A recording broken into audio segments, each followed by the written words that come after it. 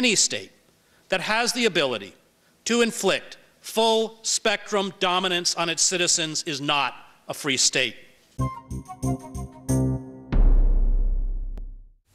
Hello, my name is Stanley Heller. Welcome to The Struggle. The Struggle is shown on 22 cable stations from Vermont to New York City, on the internet at thestruggle.org.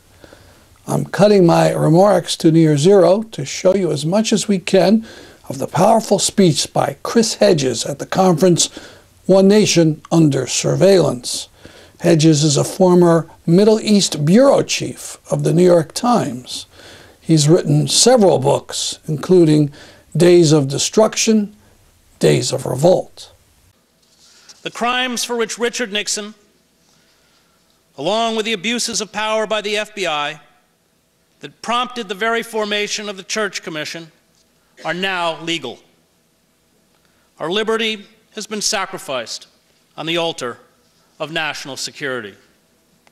To obtain your personal information, the FBI can now freely issue national security letters to your bank, your doctor, your employer, your public library, or any of your associates without a judicial warrant, and you will never be notified of an investigation.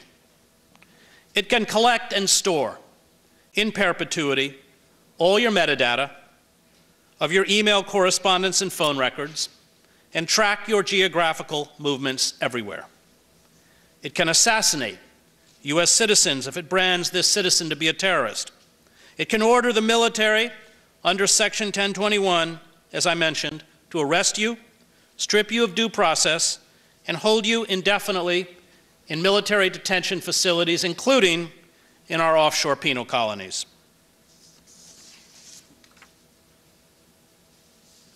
The state now hunts down and throws into prison any who attempt to expose the illegality of what it is doing, as with Chelsea Manning, or as with the forced exile of Edward Snowden. And this is always how totalitarian secret police forces work, from the SS to the KGB to the East German Stasi. Dissent is criminalized, truth is hidden. And of course, like these older security services, ours engages in torture. The fall of the Soviet Union left America without a competing superpower. This threatened to delegitimize the state's massive spending on war and state security, now more than 50% of our budget. But a tiny group of Islamic radicals who never posed an existential threat to our country emerged to take the place of the old communist bloc. The politics of fear, the psychosis of permanent war, were continued with only minor adjustments to the language and iconography. The illegal and disastrous occupations of Iraq and Afghanistan, along with our indiscriminate bombing through drones of countries such as Pakistan and Somalia, coupled with the war crimes that Israel is carrying out with our assistance against the Palestinian people, are driving many in the Muslim world into the arms of these militant groups. The United States has become perhaps the most hated nation on earth. At the same time, globalization, the corporate policy of creating a worldwide neo-feudalism of masters and serfs, means there is a growing need on the part of the oligarchic elite to spy on the masses at home and abroad, to prevent unrest and revolt. After all, if you are a worker, things are only going to get worse. These intelligence services exist not only to protect the corporate state, but to spy on corporate competitors of American companies, including the Brazilian oil giant Petrobras, as well as competing corporations in Germany and France. This system of mass surveillance voraciously steals information from the leaders of countries, including our allies, such as German Chancellor Angela Merkel, whose personal cell phone the NSA tapped. The NSA spied on UN Secretary General Ban Ki-moon. It spied on Pope Francis and the conclave of Catholic cardinals that elected him last year. It carried out a major eavesdropping effort focused on the United Nations Climate Change Conference in Bali in 2007. And NSA officials, meanwhile, bugged their ex-lovers, their wives, and their girlfriends. And all this data is stored in perpetuity in government computers. The legal system, like our legislative system, has collapsed. It has made lawful everything from indefinite detention to torture to wholesale surveillance. Where are our judges? Where are our deans of our law schools? Where are our law professors? Where are the some 1 million lawyers? Why do they refuse to defend the Constitution? They have rather become valued partners, along with a bankrupt press, in the campaign to eradicate our most basic civil liberties. And let us not forget that the assault on our civil liberties has been far more egregious under Barack Obama than under George W. Bush.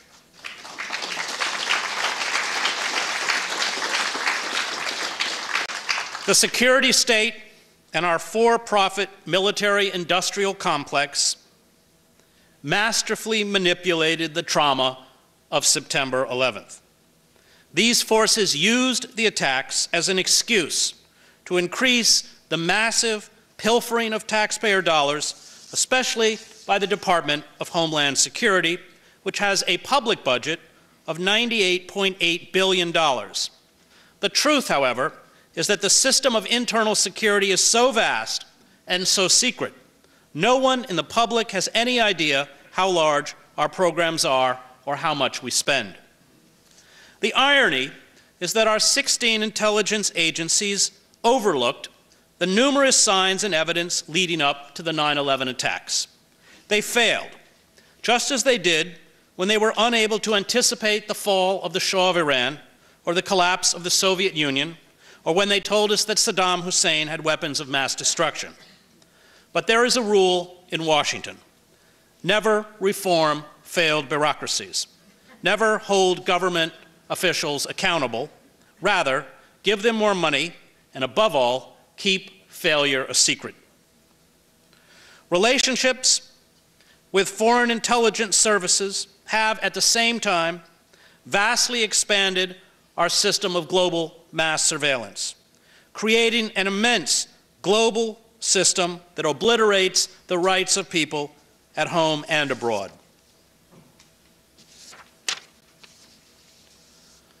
Now, I'm aware that the President has recently promised new reforms.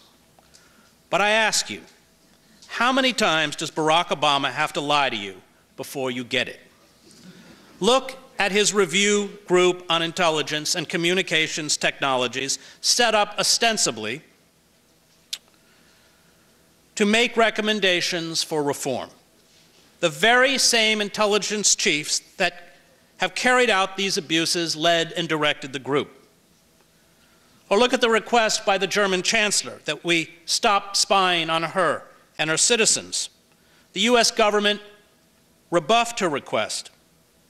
It sent a message to her that we should all heed.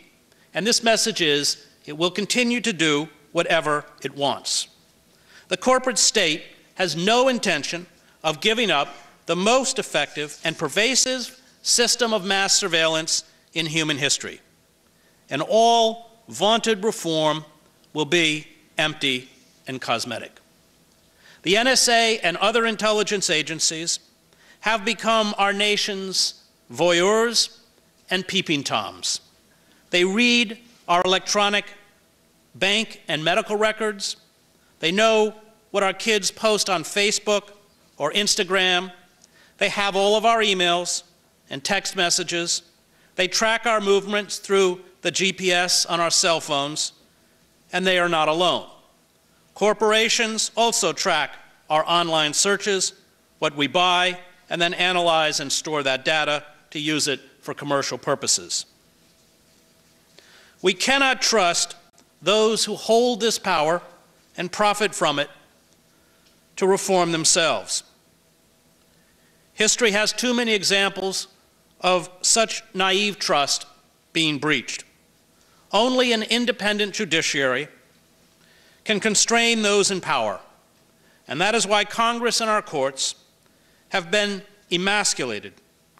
That is why our judiciary has rewritten laws, from the NDAA to the FISA Amendment Act, to strip us of legal protection. The very courts and legal system designed to protect us have been turned against us. The irony is that Barack Obama would not even be president if it were not for the courage of persecuted dissidents such as Martin Luther King or Malcolm X, spied upon by their own government. But Obama understands where power lies. It does not lie with a citizen. It lies with Wall Street and our corporate boardrooms, which have carried out a slow-motion coup d'etat. And the system of mass surveillance is designed to keep these elites in these boardrooms powerful and the rest of us powerless. As a presidential candidate in 2008, Obama promised to, quote, reject the use of national security letters to spy on citizens who are not suspected of a crime. He promised to close our detention center in Guantanamo Bay. He said he would revisit the Patriot Act. He assured us he would overturn unconstitutional executive decisions issued by the Bush administration. He promised to shut down our black sites. He promised to end extraordinary rendition. He promised transparency and reform. We got none of this. What we got were more untruths, such as last summer, when the President told us that the NSA cannot target your emails. That's a quote. And that all our surveillance systems were subject to the full control of Congress. In fact, Obama, along with our Congress and our highest courts, have together eradicated the Fourth Amendment, which once protected us from government intrusion into our persons, homes, papers, and effects. Everything he and other government officials promised to do or told us about domestic internal surveillance has turned out, we now know, to be a lie. If you think you are innocent or that you have nothing to hide, you do not understand what is happening. Justice, like truth in these systems, is not relevant. Ask Chelsea Manning, Julian Assange, or Edward Snowden, along with whistleblowers like Thomas Drake, where justice and truth got them. And one of the main tasks of any security service is blackmail, a tactic the FBI used to get Martin Luther King to try and commit suicide. If you have any dirt, the state wants to know about it, and they will use it against you if you refuse to be obedient. My country, right or wrong, is the immoral equivalent of my mother, drunk or sober, G.K. Chesterton reminded us. So let me end today by speaking to you about those drunk with the power to sweep up all your email correspondence, your tweets, your web searches, your phone records, your file transfers, your live chats, your financial data, your medical data, your criminal and civil court records, and your movements. Those who are awash in billions upon billions of taxpayer dollars, those who have banks of sophisticated computer systems, along with biosensors, scanners, face recognition technologies, and miniature drones, those who have obliterated your anonymity, your privacy, and yes, your liberty. There is no free press without the ability of reporters to protect the confidentiality of those who have the moral courage to make public the abuse of power. Those few individuals inside government who have dared to speak out against the system of mass surveillance have been charged as spies under the Espionage Act or hounded into exile. An omnipresent surveillance state, and I covered the East German Stasi state as a reporter, creates a climate of paranoia and fear.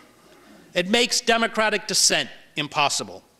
Any state that has the ability to inflict full spectrum dominance on its citizens is not a free state. The relationship between those who are constantly watched and tracked and those who watch and track them is the relationship between masters and slaves. And those who wield this unchecked power become delusional. General Keith Alexander, the director of the National Security Agency, hired a Hollywood set designer to turn his command center at Fort Meade into a replica of the bridge of the Starship Enterprise so he could sit in the captain's chair and pretend he was Jean-Luc Picard. James Clapper, the director of National Intelligence, had the audacity to lie under oath to Congress. This spectacle was a rare glimpse into the absurdist theater that now characterizes American political life. I was, as I mentioned, a plaintiff before the Supreme Court in Clapper versus Amnesty International, which challenged the FISA Amendment Acts of 2008. These acts authorized surveillance without a showing or probable cause that a targeted person is an agent of a foreign power. The court, as I mentioned earlier, dismissed our lawsuit because it said that the idea we were targets of surveillance was based on speculation. This Supreme Court ruling was then used, as I mentioned, to support the Obama administration's appeal of our successful challenge to Section 1021 of the National Defense Authorization Act. Now, the government, in both of these cases, never attempted to defend the surveillance and detention programs as constitutional. What they did, rather, was to say that I and the other plaintiffs had no right to bring the case to court, and these courts agreed. The Fourth Amendment, which limits the state's ability to search and seize to a specific place, time, and event approved by a magistrate, is impossible to square against the arbitrary search and seizure of all our personal communications. And even former Vice President Al Gore has said correctly that Snowden disclosed evidence of crimes against the United States Constitution. We who have been fighting against mass surveillance for years have made no headway by appealing to the traditional centers of power. It was only after Snowden stole and leaked documents that disclosed crimes committed by the state that any genuine public debate began. Elected officials, for the first time, suddenly promised reform. The president, who had previously dismissed our questions about the extent of state surveillance by insisting there was strict congressional and judicial oversight, appointed a panel to review intelligence. He has now promised to end bulk storage of our data, although, like past promises, this one, if you read the fine print, is largely symbolic. 3 judges have, since the Snowden revelations, ruled on mass surveillance, with 2 saying the NSA spying was unconstitutional and a 3rd supporting it. None of this would have happened, none of it, without Snowden. Now, Snowden had access to the full roster of everyone working at the NSA. He could have made public the entire intelligence community and undercover assets worldwide. He could have exposed the locations of every clandestine station and their missions. He could have shut down the surveillance system, as he said, in an afternoon. But this was never his intention. He wanted only to halt the wholesale surveillance, which until he documented it, was being carried out without our consent or knowledge. The government officials, along with the courtiers and the press, castigate Snowden. They insist that congressional and judicial oversight, the right to privacy, the rule of law, the freedom of the press, the right to express dissent remains inviolate. They use the old words and old phrases, old laws and old constitutional guarantees to give our corporate totalitarianism a democratic veneer. They tell us the system works. They tell us we are still protected by the Fourth Amendment. the right of the people to be secure in their persons, houses, papers, and effects against unreasonable searches and seizures, which shall not be violated, nor shall warrants be issued but upon probable cause, supported by oath or affirmation, and particularly describing the place to be searched and the persons or things to be seized. Yet the promise of that sentence in the Bill of Rights is pitted against the fact that every telephone call we make, every email or text we send or receive, every website we visit, and our travels are tracked, recorded, and stored in government computers. Now, Snowden, we are told, could have reformed from the inside. He could have gone to his superiors, or Congress, or the courts. But Snowden has numerous examples, including the persecution of Thomas Drake, who originally tried to go through proper channels, to remind him that working within the system is fatal. He had watched as senior officials, including Obama, lied to the public about internal surveillance. He knew that the president was dishonest when, for example, he assured Americans that the Foreign Intelligence Surveillance Court, which meets in secret and hears only from the government, is transparent. He knew that the president's statement that Congress was overseeing the entire program was false. He knew that everything the Director of National Intelligence, James Clapper, told the press, the Congress, and the public about the surveillance of Americans was untrue. And he knew that if this information were to be made available to the public, he would have to do it through a few independent journalists whose integrity he could trust. This deadly impasse, the tightening of the corporate totalitarian noose, would have continued if Snowden had not jolted the nation awake by disclosing the massive crimes of the prerogative state. Snowden's revelations triggered for the first time a genuine public debate about mass surveillance. Since the disclosures, we have had 3 judges, as I mentioned, rule.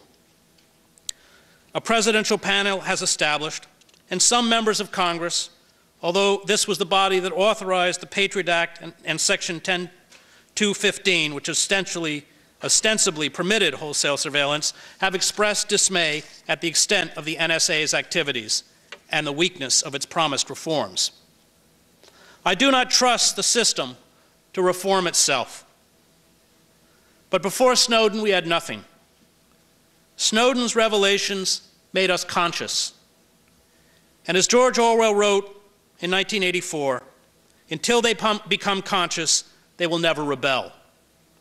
Societies such as ours, that once had democratic traditions or periods when relative openness was possible, are often the most easily seduced into totalitarian systems, because those who rule and build totalitarian structures continue to pay outward fealty to the ideals, practices, and forms of the old system. This was true when Emperor Augustus dismantled the Roman Republic. It was true when Lenin and the Bolsheviks seized control of the autonomous Soviets and ruthlessly centralized power. It was true following the collapse of the Weimar Republic and the rise of Nazi fascism. Thomas Paine described despotic governments as a fungus growing out of a corrupt civil society. And this is what has happened to us. No one who lives under constant surveillance, who is subject to tension anywhere at any time, whose conversations, messages, meetings, proclivities, and habits are recorded, stored, and analyzed is free. Yet the corporate state assures us that our rights are sacred, that it abides by the will of the people, that the Fourth Amendment remains intact, and that our system has the consent of the governed. The defense of liberty, which Snowden exhibited when he cast his fortune, his safety, and his life aside to inform the public of the forces arrayed against our constitutional rights, entails grave risks. It demands personal sacrifice. Snowden has called us to this sacrifice. He has allowed us to see who we are and what we have become. He has given us a chance. He has also shown us the heavy cost of defiance. It is up to us to seize this chance and dismantle the corporate state. This means removing from power those who have stolen our liberty and lied to us. It means refusing to naively trust in their cosmetic reforms. For reforms will never come for those who are complicit in crime. Reform will come and only come through the building of mass movements and alternative centers of power that can overthrow, let me repeat that word for Homeland Security, overthrow the corporate state.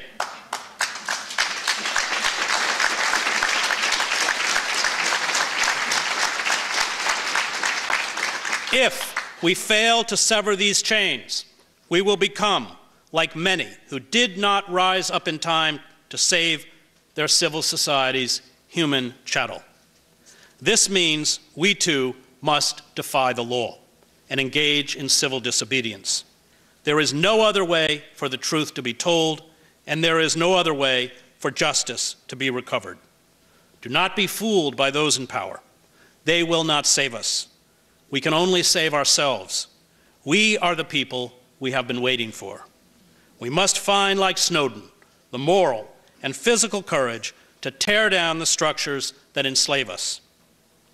Appealing or trusting to these structures is a waste of time. And all those who insist that we be patient, that we trust the system to reform itself, offer an argument that is as cogent as the one made by the March Hare during the Mad Tea Party in Alice in Wonderland. Have some wine, the March Hare said in an encouraging tone. Alice looked all around the table, but there was nothing on it but tea. I don't see any wine, she remarked. There isn't any, said the March Hare. Thank you.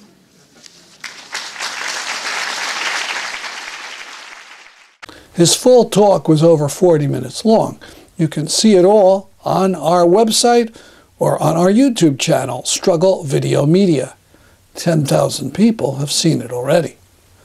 That's our program for today. See you next week at this time. I'm Stanley Heller, and this is The Struggle.